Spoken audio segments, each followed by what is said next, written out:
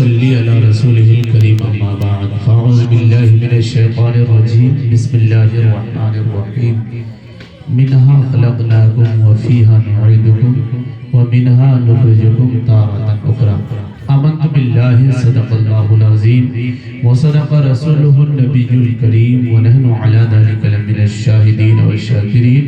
والحمدللہ رب العالمین۔ آئیے سب سے پہلے آقا نامدار مدینے کے تاجدار حضور رحمت عالم جناب محمد رسول اللہ صلی اللہ تعالی علیہ وسلم کے بارگاہ میں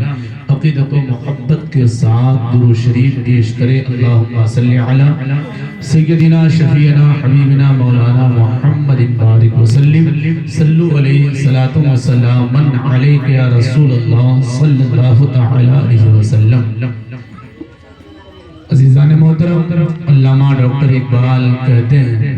منزل سے آگے بڑھ کر منزل تلاش کر، منزل سے آگے بڑھ کر منزل تلاش کر، مل جائے تجھے دریا تو سمندر تلاش کر۔ منزل سے آگے بڑھ کر منزل تلاش کر، مل جائے تجھے دریا تو سمندر تلاش کر، اور ہر شیشہ تو ٹوٹ جاتا ہے پتھر کی چوٹ سے، ہر شیشہ تو ٹوٹ جاتا ہے پتھر کی چوٹ سے، پتھر ہی ٹوٹ جائے وہ شیشہ تلاش کر،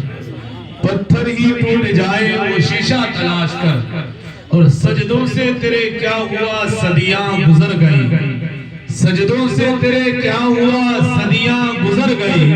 زندگی تیری بدل دے وہ سجدہ تلاش کر، زندگی تیری بدل دے وہ سجدہ تلاش کر۔ عزیزان محترم، یہ محفل جس میں ہم اور آپ بیٹھے ہیں، عزیزم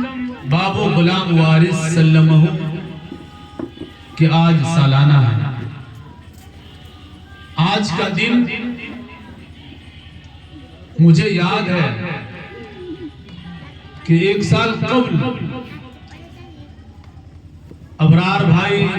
مدرسے میں آئے، تقریباً جمعہ کا دن تھا، اور وہ کہتے ہیں کہ حضرت سوموار کو یا اتوار کو والد صاحب کا سالانہ ہے، سارے بچوں کی دعوت ہے، صبح قرآن خوانی میں تمام بچوں کو لے کر آپ تشریف لائیں۔ ان کی دعوت میں اپنے رجسٹر پہ لکھ لیا۔ شام کو عصر کے نماز کے بعد بابو غلام وارث ملا، کہا کہ حضرت بچوں کے ساتھ آپ کو بھی آنا ہے، دادا کا سالانہ ہے، بچوں کی بھی دعوت رہے گی، آپ کی بھی دعوت رہے گی۔ ہم کہ انشاءاللہ ضرور ہم لوگ تشریف لائیں گے۔ لیکن رات میں ہی اسی رات کو یہ حادثہ ہو گیا، ایک عظیم حادثہ کا وہ ہونہار لڑکا شکار ہو گیا۔ رب قدیر کے بارگاہ میں دعا ہے مولا کریم اس بچے کو اپنی جوار رحمت میں جگہ نصیب عطا فرمائے، اور انہیں کروٹ کروٹ جنت نصیب عطا فرمائے، خصوصاً ان کے والدین اور ان کی دادی جان جو بے انتہا اپنے اس پوتے سے محبت کیا کرتی تھی۔ پروردگار عالم انہیں صبر جمیل عطا فرمائے۔ عزیزان محترم، زندگی کا یہ نظام ہے، زندگی کا یہ دستور ہے کہ جو پیدا ہوا ہے اسے ایک دن اس دنیا کو چھوڑ کر جانا ہے۔ جو بھی دنیا میں آیا ہے، چاہے امیر ہو یا غریب ہو، چھوٹا ہو یا بڑا ہو، بوڑھا ہو یا جوان ہو، ہر کسی کو اس دنیا کو چھوڑ کر ایک دن جانا ہے۔ اور اللہ تبارک و تعالیٰ نے قرآن پاک میں بے شمار مقامات پر موت سے بندوں کو آگاہ کیا، کہیں کلو نفس ذائقۃ الموت فرمایا، ہر نفس کو موت کا مزہ چکھنا۔ ابھی جو آیت کریمہ میں آپ کے سامنے پڑھا، اللہ ارشاد فرماتا منہا خلقناکم وفیہا نعیدکم ومنہا نخرجکم تارۃ اخری۔ آج ہم اور آپ چاہے اپنی مرضی کے مطابق جس اینگل سے چاہے زندگی گزار لے، جیسے چاہے ہم اپنی زندگی کو گزار لے، لیکن ہمیں یہ خیال رکھنا ضروری ہے، ہمیں یہ فکر ہونی چاہیے کہ ایک دن جب اللہ کا حکم آئے گا، چاہے ہم محل میں رہے یا جھوپڑی میں رہے یا میدان میں رہے یا اپنے بند کمرے میں رہے، اللہ حضرت ملک الموت کو بھیجے گا اور حضرت ملک الموت سب کے سامنے ہمارے جسم سے روح کو نکال کے لے کے چلے جائیں گے۔ چاہے جو بھی ہو، بڑے بڑے بادشاہ دنیا میں آئے، بڑے بڑے تخت تاج والے دنیا میں آئے، بڑے بڑے سلطنت کے مالک دنیا میں آئے، لیکن ان کی حکومت دنیا میں رہی، ان کا دبدبہ دنیا میں قائم رہا، محلے سماج میں لوگ ان کی قدر و قیمت کیا کرتے تھے، لیکن جیسے ہی ان کی زندگی پوری ہو گئی، اللہ تعالیٰ نے حضرت ملک الموت کو بھیجا اور حضرت ملک الموت آ کر سب کے سامنے مرنے والے انسان کے قریب، اگر باپ بھی کھڑا ہے، بیٹا بھی کھڑا ہے، رشتہ دار بھی کھڑے ہیں، دوست و احباب بھی کھڑے ہیں، سب کے سب ان کو اس لیے ان کے سامنے کھڑے ہیں دوائیں دے کر ان کی علاج ہو اور تندرست ہو جائے، لیکن جیسے ہی حضرت ملک الموت آتے ہیں سب کے سب موجود رہتے ہیں، ان کے جسم سے فرشتے روح کو نکال کے لے کے چلے جاتے ہیں۔ حضرات، لیکن عام لوگوں کا مرنا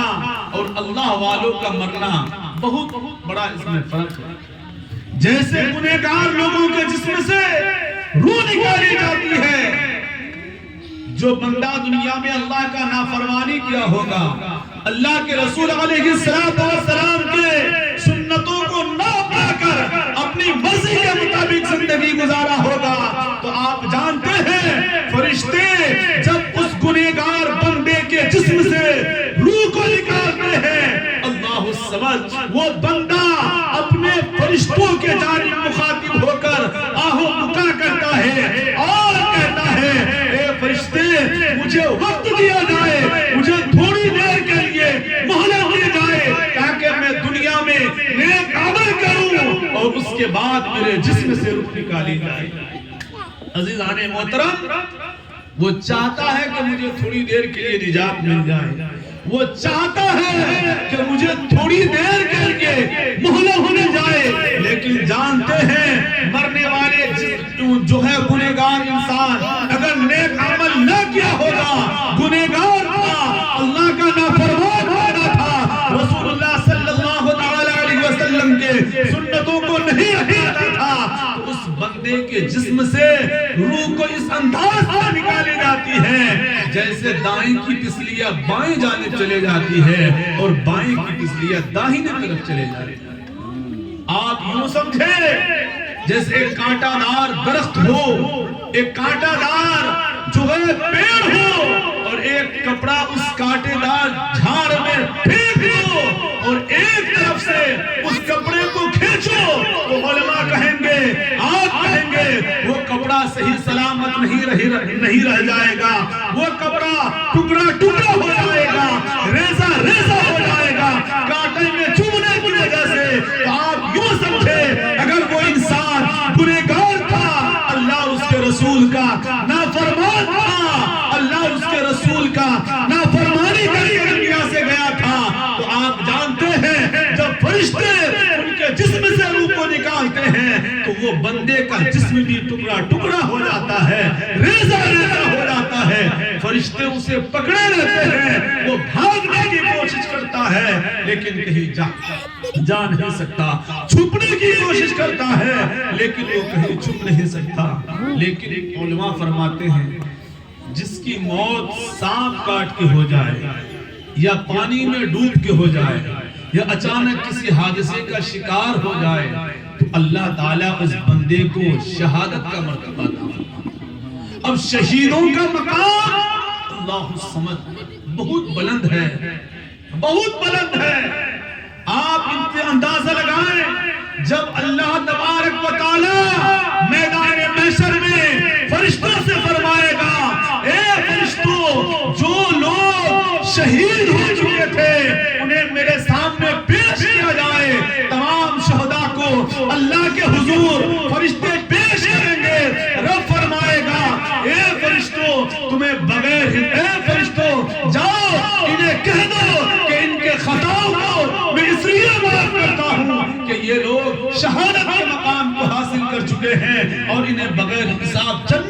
داخل کر دیا جائے. اس وقت شہداء رب کے حضور عرض کریں گے پروردگار مجھے تیری جنت میں وہ خوشی نہیں ہے, مجھے تیری جنت میں وہ بینیفٹ نہیں دکھ رہا ہے جو تیری راہ میں مجھے گردن پر چھری چلنے سے مزہ مل رہا تھا. جب تیرے راہ میں دین کے لیے اسلام کے لیے اپنی گردن کو کٹا رہا تھا اتنا مجھے مزہ مل رہا تھا کہ پھر دوبارہ مجھے دنیا میں بھیج دیا جائے تاکہ دوبارہ میں تیرا نام لے کر شہید ہو جاؤں. عزیزان محترم, تو آپ اس سے اندازہ لگائیں کہ اللہ تبارک و تعالی شہیدوں کے مقام کو کس قدر بلند کیا ہے. اور یاد رکھے شہیدوں کے بھی درجے الگ الگ ہوتے ہیں, شہیدوں کے بھی درجے الگ الگ ہوتے ہیں. جو جس کیٹیگری کا جو ہے کام کر کے دنیا سے گیا ہوگا اللہ ان کے اس حساب سے ان کو جنت میں مقام عطا فرمائے. اب جو لوگ دین کے لیے دشمنوں کے تیر اور تلواروں کے بوچھار کو اپنے جسم میں سہے ہوں گے,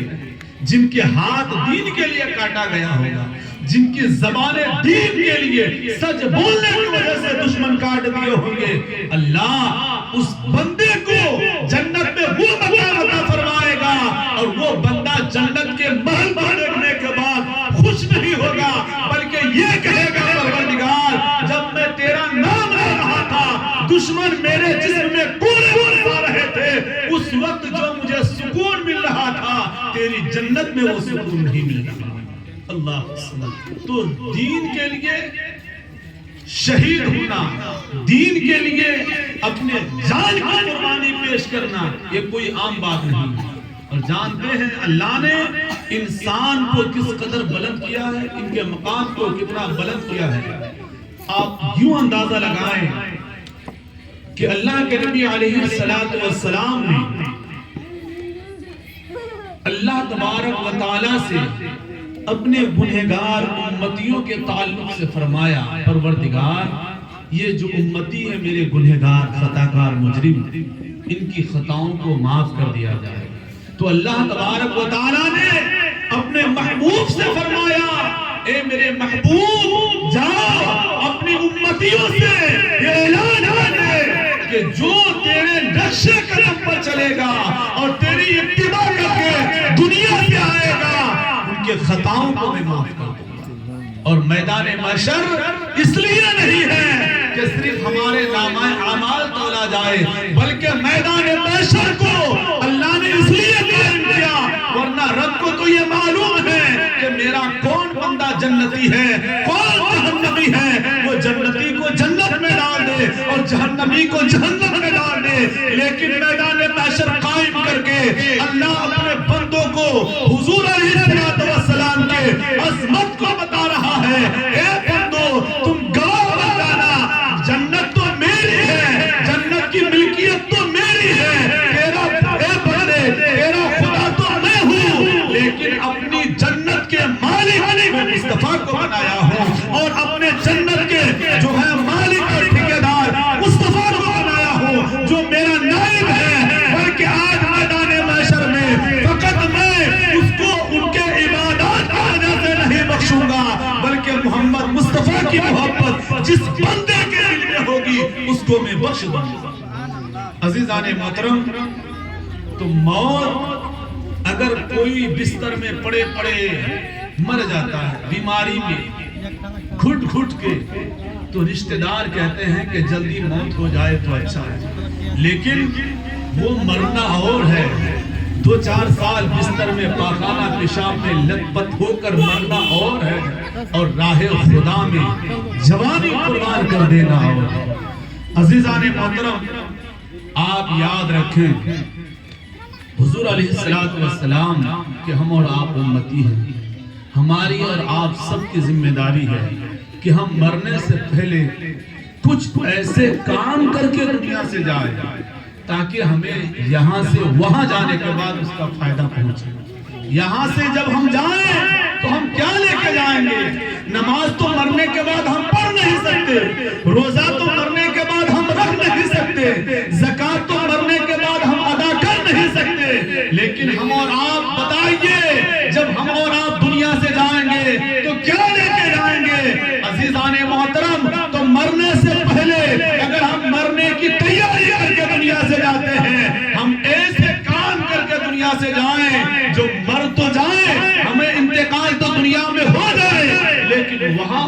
بینیفٹ ہمیں ملتا رہے، فائدہ پہنچتا رہے۔ ایسے ہی اللہ کے نبی علیہ السلام نے فرمایا 3 کام ایسے ہیں اگر آپ اس کو جیتے جی دنیا میں کر کے جائیں گے تو مرنے کے بعد اس کا بینیفٹ آپ کو ملتا رہے گا۔ مرنے والے انسان پر نماز فرض نہیں، روزہ فرض نہیں، زکوٰۃ فرض نہیں، یہ زندہ لوگوں پر فرض ہے۔ لیکن اگر مرنے والا انسان مرنے سے پہلے صدقہ جاریہ والا کام کر کے دنیا سے گیا ہے، کسی غریب بچی کی شادی ہونے والی تھی، اس انسان نے اس غریب بچی کی شادی میں مدد کر دیا، کہیں مسجد کے تعمیر میں حصہ لے لیا، کسی غریب بچے کے تعلیم میں حصہ لے لیا، کوئی غریب بچے کو جو ایک جوڑا کپڑا پہنا دیا، آپ تو چلے جائیں گے، وہ غریب بچہ جس کے بدن میں آپ لباس ڈالے ہیں، وہ جب مسکرائے گا آپ کو قبر میں فائدہ پہنچے گا۔ وہ غریب انسان جس کے لیے آپ نے پانی کا انتظام کر دیا، وہ پانی پیے گا آپ کو وہاں ثواب پہنچے گا۔ مسجد کے تعمیر میں حصہ لیا، لوگ نماز پڑھتے رہیں گے آپ کو فائدہ پہنچتا رہے گا۔ مدرسے کے تعمیر میں حصہ لے لیا، طلبہ وہاں تعلیم حاصل کرتے رہیں گے، لیکن قبر میں اس کا بینیفٹ آپ کو ملتا رہے گا۔ اس لیے صدقہ جاریہ کہتے ہیں۔ اور دوسری چیز علم نافع، نفع دینے والا علم، فائدہ پہنچانے والا علم۔ آپ علم حاصل کیے، علم حاصل کرنے کے بعد اس علم کو دوسرے تک پہنچایا، دوسرے نے تیسرے تک پہنچایا، ہم تو چلے گئے، لیکن یہ سلسلہ جب تک قائم رہے گا۔ ہم کو ہمارے استاد نے پڑھایا، ان کو ان کے استاد نے پڑھایا، ان کو ان کے استاد نے پڑھایا۔ آپ بتائیے جن لوگوں کو وہ پڑھاتے جائیں گے، سب سے پہلے جنہوں نے تعلیم کا آغاز کیا تھا، جو یہ سلسلہ شروع کیا تھا، وہ تو چلا جائے گا، لیکن یہ سلسلہ جب تک قائم رہے گا، شروع کرنے والے انسان کو قبر میں ثواب ملتا رہے۔ اس کو علم نافع کہتے ہیں۔ اور تیسری چیز اولاد صالح۔ آپ مرنے سے پہلے اپنی اولاد کے لیے مکان تو چھوڑ کے گئے، زمین تو چھوڑ کے گئے، 2-4 بیگھہ پراپرٹی کا مالک بنا کے تو گئے، لیکن آپ یہ ارادہ نہیں کیے مکان چھوڑ کے جائیں گے، کل ہو کر آپ کے بچے اسی مکان کے لیے لڑیں گے، جنازہ بھی گھر میں رکھا رہے گا، بچے اس مکان کو تقسیم کرنے کا پلاننگ کرتے رہیں گے، زمین کے بٹوارے کا پلاننگ کرتے رہیں گے۔ باپ گزرنے کے بعد